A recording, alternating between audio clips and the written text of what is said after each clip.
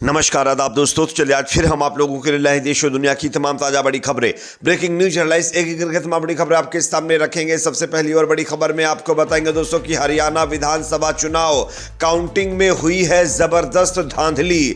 20 से ज्यादा जादुई मशीनों को लेकर के अब बवाल खड़ा हो गया है। कांग्रेस पार्टी ने चुनाव आयोग से मिल करके 20 से ज्यादा इन मशीनों को सील करने की मांग की है, जिससे अब हरियाणा चुनाव रिजल्ट कहीं ना कहीं विवादों में आ गया है। किस तरीके से आगे इसकी पूरी जानकारी आपको देंगे। साथ ही साथ अगली बड़ी खबर में आपको बताएंगे दोस्तों कि देश के मशहूर बिजनेसमैन टाटा सन्स के विजनरी चेयरमैन रतन टाटा 86 साल की उम्र में इस दुनिया को अलविदा कह गए हैं, यानी कि वो हमारे बीच नहीं रहे हैं। आगे इनकी तस्वीरें भी दिखाएंगे। साथ ही साथ अगली बड़ी खबर में आपको बताएंगे दोस्तों कि हिमाचल प्रदेश के मंडी से बड़ी खबर आ रही है, जहां पर एक और मस्जिद को लेकर के विवाद खड़ा हो गया है। यहां पर हिंदू संगठनों की तरफ से बवाल किया गया है। किस तरीके से आगे इसकी भी जानकारी देंगे। साथ ही साथ अगली बड़ी खबर में आपको बताएंगे दोस्तों कि देश के प्रधानमंत्री नरेंद्र मोदी का कांग्रेस के ऊपर बड़ा हमला।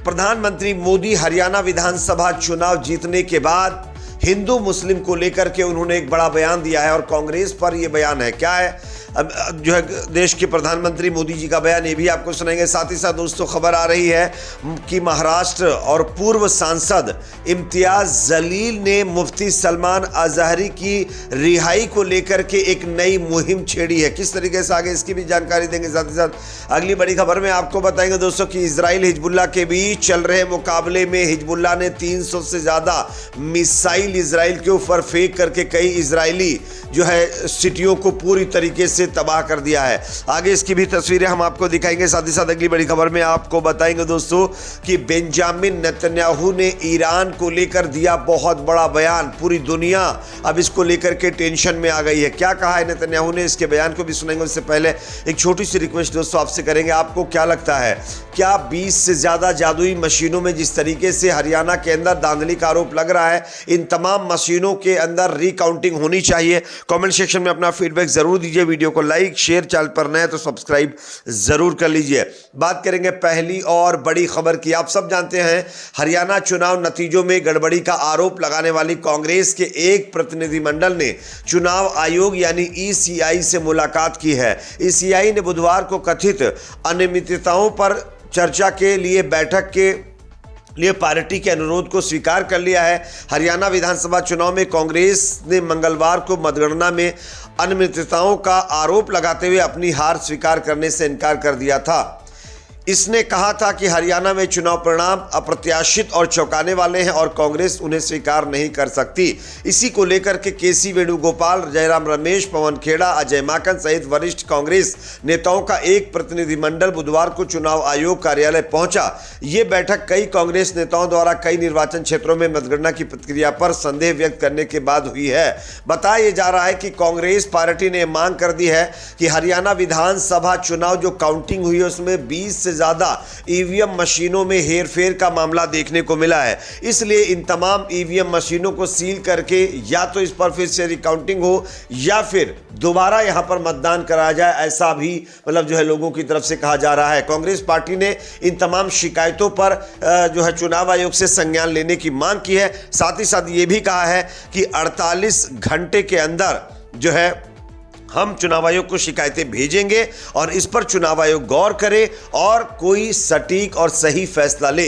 अब देखना यह होगा कि हरियाणा में क्या होता है। लेकिन दोस्तों चुनाव आयोग को जिस तरीके के दस्तावेज, जिस तरीके के प्रूफ जो है कांग्रेस पार्टी ने सौंपे हैं, उनसे यह प्रतीत होता है कि आने वाले दिनों में हरियाणा चुनाव नतीजे जो आए हैं इसमें कोई चुनाव आयोग बड़ा फैसला ले सकता है। बात करेंगे अगली खबर की, जो कि यहां पर सामने दोस्तों आ रही है। 86 साल की उम्र में टाटा सन्स के विजनरी चेयरमैन रतन टाटा इस दुनिया को अलविदा कह गए हैं। खबर है कि मुंबई के ब्रीच कैंडी अस्पताल में वो इस दुनिया को अलविदा कह गए हैं। वे अपने पीछे एक ऐसी अमिट विरासत छोड़ गए हैं जिसने भारत के जो है कॉरपोरेट परिदृश्य को बदल दिया है। उनके निधन पर प्रधानमंत्री मोदी ने उन्हें श्रद्धांजलि अर्पित की है और देश के अंदर एक तरीके से शोक की लहर है। बात करेंगे अगली खबर की, जो कि सामने दोस्तों आ रही है। हिमाचल प्रदेश के मंडी के अंदर एक और मस्जिद को अवैध बता करके हिंदू संगठनों ने जबरदस्त तरीके से बवाल कर दिया है। आप इस खबर को देख सकते हैं। मंडी की जेल रोड मस्जिद के अवैध निर्माण को हटाकर पुरानी स्थिति बहाल करने की अवधि समाप्त होने में अब मात्र 3 दिन बचे हैं। नगर निगम आयुक्त न्यायालय के निर्णय की अवधि 12 अक्टूबर को समाप्त हो रही है। मुस्लिम पक्ष को अभी कहीं से कोई राहत नहीं मिली है। इसी बीच देवभूमि संघर्ष समिति के पदाधिकारियों ने बुधवार को मंडी में बैठक कर इस मामले को लेकर आगामी रणनीति बनाई है। बैठक में तय हुआ कि अगर 2 दिन के अंदर मस्जिद का अवैध निर्माण हटाकर पुरानी स्थिति बहाल नहीं की गई तो वो विभिन्न संगठन 15 अक्टूबर को निगम कार्यालय का घेराव करेंगे।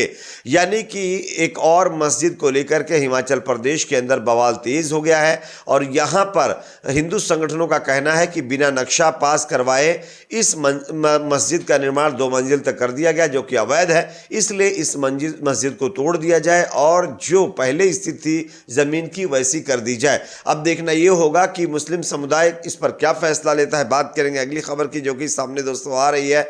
देश के प्रधानमंत्री नरेंद्र मोदी ने हिंदू मुसलमानों को लेकर एक और बड़ा बयान दे दिया। हरियाणा चुनाव जीतने के बाद प्रधानमंत्री मोदी जिस तरीके से अपने बीजेपी मुख्यालय जाकर के लोगों को संबोधित कर रहे थे, उसमें इन्होंने बड़ा बयान दिया है। हरियाणा विधानसभा चुनाव में जीत दर्ज करने के बाद प्रधानमंत्री नरेंद्र मोदी ने जाति के मुद्दे पर कांग्रेस पर वार किया है। उन्होंने बुधवार को कहा कि कांग्रेस हिंदुओं में जाति देखती है लेकिन मुसलमानों की नहीं। वो हिंदुओं को लड़ाती है। कांग्रेस सत्ता में आने को बेचैन है। वो नफरत की राजनीति करती है। कांग्रेस सनातन परंपरा का दमन कर रही है। प्रधानमंत्री नरेंद्र मोदी ने कहा कि हरियाणा ने बता दिया कि देश का मूड क्या है। कांग्रेस का इकोसिस्टम जनता को गुमराह कर रहा है। कांग्रेस ने दलितों को गुमराह करने का प्रयास किया, उसकी सारी साजिश ध्वस्त हो गई है।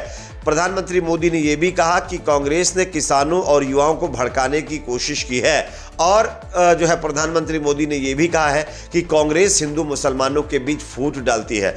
अब जब प्रधानमंत्री मोदी का ये बयान आ ही गया है तो आप सब जानते होंगे कि हिंदू मुसलमानों के बीच फूट डालने में कौन सी पार्टी सबसे ज्यादा माहिर है। जो प्रधानमंत्री मोदी कांग्रेस के ऊपर आरोप लगा रहे, क्या उनको अपने गिरेबान में जाकर नहीं देखना चाहिए कि उनकी पार्टी के नेता किस तरीके से हिंदू मुसलमानों के बीच आपस में लड़ाई करवाते हैं, फूट डालते हैं, हिंदू मुसलमान के मुद्दे पर वोट मांगते हैं। खैर, कहते हैं ना, जब चुनाव जीत गए तो जो मुंह में आता है वो बोल जाते हैं, ये लोगों की तरफ से कहा जा रहा है। बात करेंगे अगली खबर की, जो कि सामने आ रही है दोस्तों। महाराष्ट्र से बड़ी खबर है, जहां पर मुफ्ती सलमान अजहरी को रिहा करवाने के लिए पूर्व सांसद और एमआईएम के लीडर इम्तियाज जलील ने अब जो है एक नई मुहिम छेड़ दी। आप स्क्रीन पर खबर देखिए। पूर्व सांसद इम्तियाज जलील ने जेल में बंद मुफ्ती सलमान अजहरी को रिहा करने की मांग को लेकर के एक बार फिर एक मुहिम छेड़ी और उन्होंने मुफ्ती सलमान अजहरी को रिहाई करने की मांग कर दी है। अगली खबर की बात करेंगे, जो कि सामने आ रही दोस्तों। हिजबुल्लाह ने इजराइल के ऊपर फिर से एक बार कहर बरपाया है।